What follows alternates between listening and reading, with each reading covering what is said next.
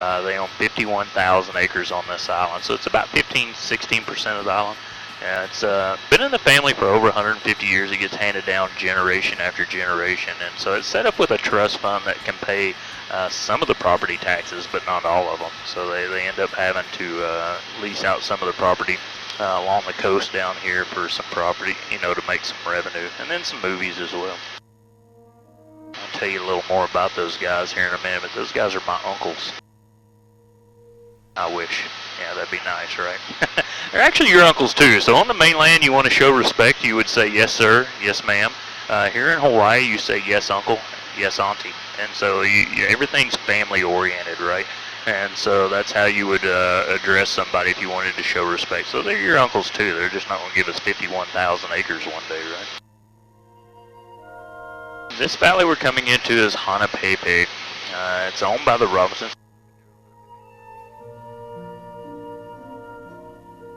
You got the Kauai coffee fields way off to the left. That's the largest coffee plantation in the United States. 4 million plants. Absolutely beautiful. The only way to see this part right here is to fly over it. And as we come around this corner, I think it may look a little familiar to some of you guys.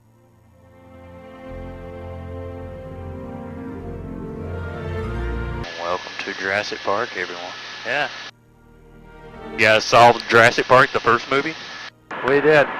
So when the helicopter flies up the valley, lands at the waterfall. This is Jurassic Falls right here. The true name of that waterfall is Manabai-Opuna. We'll always know it as Jurassic. And so, Miss Marilyn, you got an extra waterfall right here. Still some here on the right. These are just extra waterfalls. When we get rain, our waterfalls come in. When the rain disappears, so do the waterfalls a lot of times. So enjoy these. They only last a couple of hours. I'm going to bring Jurassic on both sides, but yeah, I see any velociraptors running around. You got to give me a heads up, right? It's been pretty pesky here in Kauai.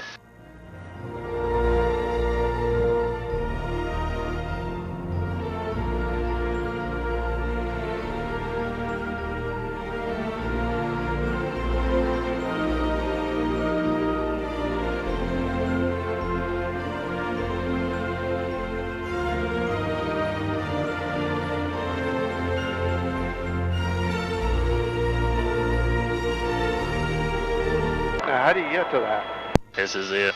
Yep. You got to fly in. No trails, no roads back here whatsoever.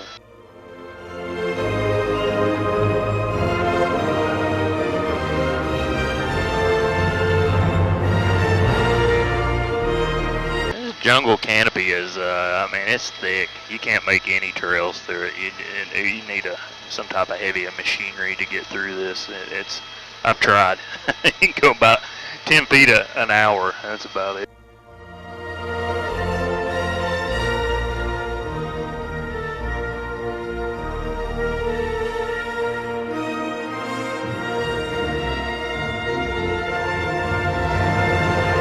Alright, how about it? Any velociraptors? We all clear?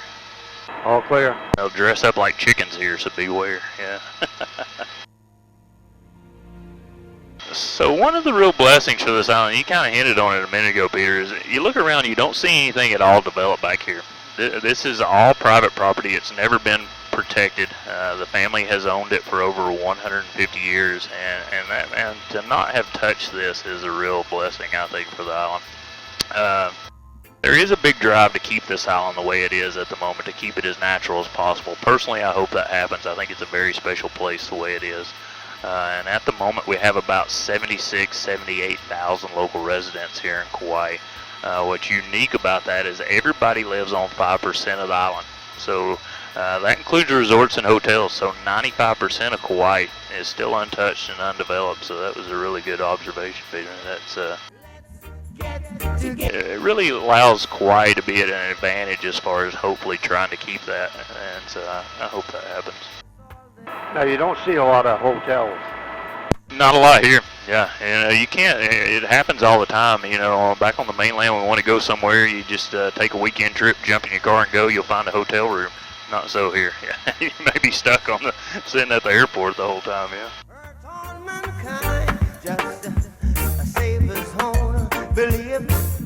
asking about access back here. No access here. The family doesn't allow us to come back here, and it's not a mean thing. It's just a liability issue for those guys, right? And I get that. It would cost them a fortune to keep this open.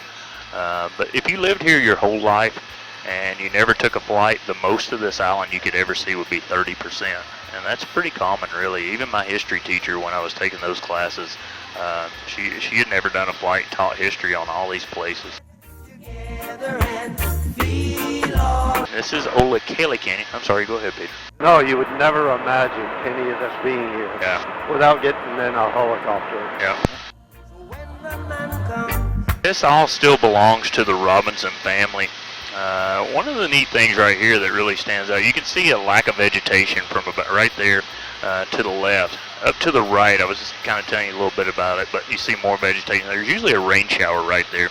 You're in a rain shadow right here, so from here to the coast to the left, usually less than 30 inches of rain on average every year. So what's crazy about that is 8 miles away in the center of the island, 450 inches of rain on average every year. One of the wettest places on earth. It's always in the top 4.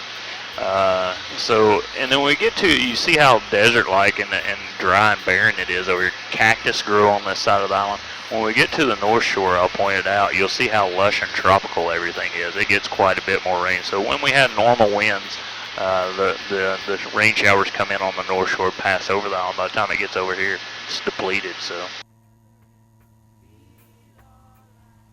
you guys might be able to see an island off the coast right there. We don't usually see it from here, but you can see the beaches to the right a little bit.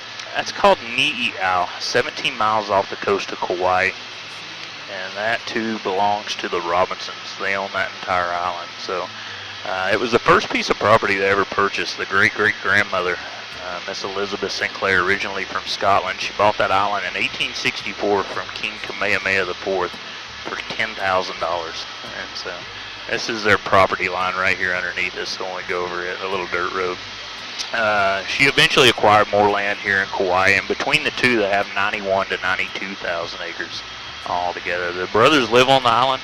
I see them all the time in a rusty old pickup truck working on that fence back there, which I think is super cool.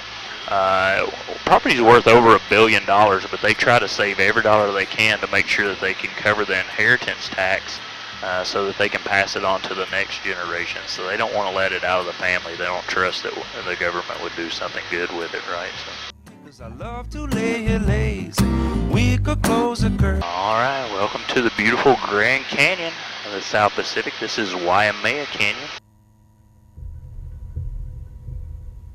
Now, do you guys depart today as well? Or you stay overnight? You depart today? Okay.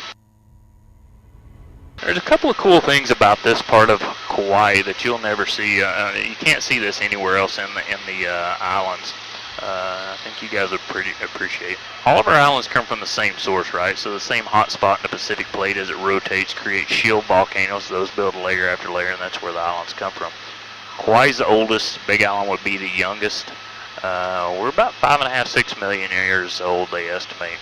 And right now, the tallest peak on this island, 5,243 feet.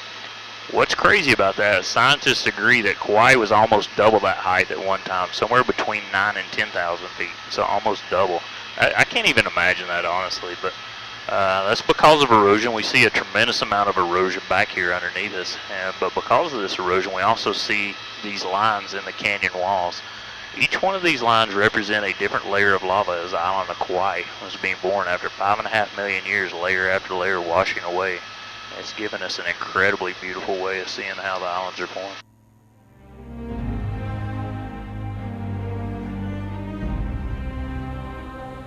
Get your cameras ready. We're going to bring it on the right side first and then around to the left. This is called Waipo'o Falls. It's 800 feet tall, so it's twice as tall as Jurassic.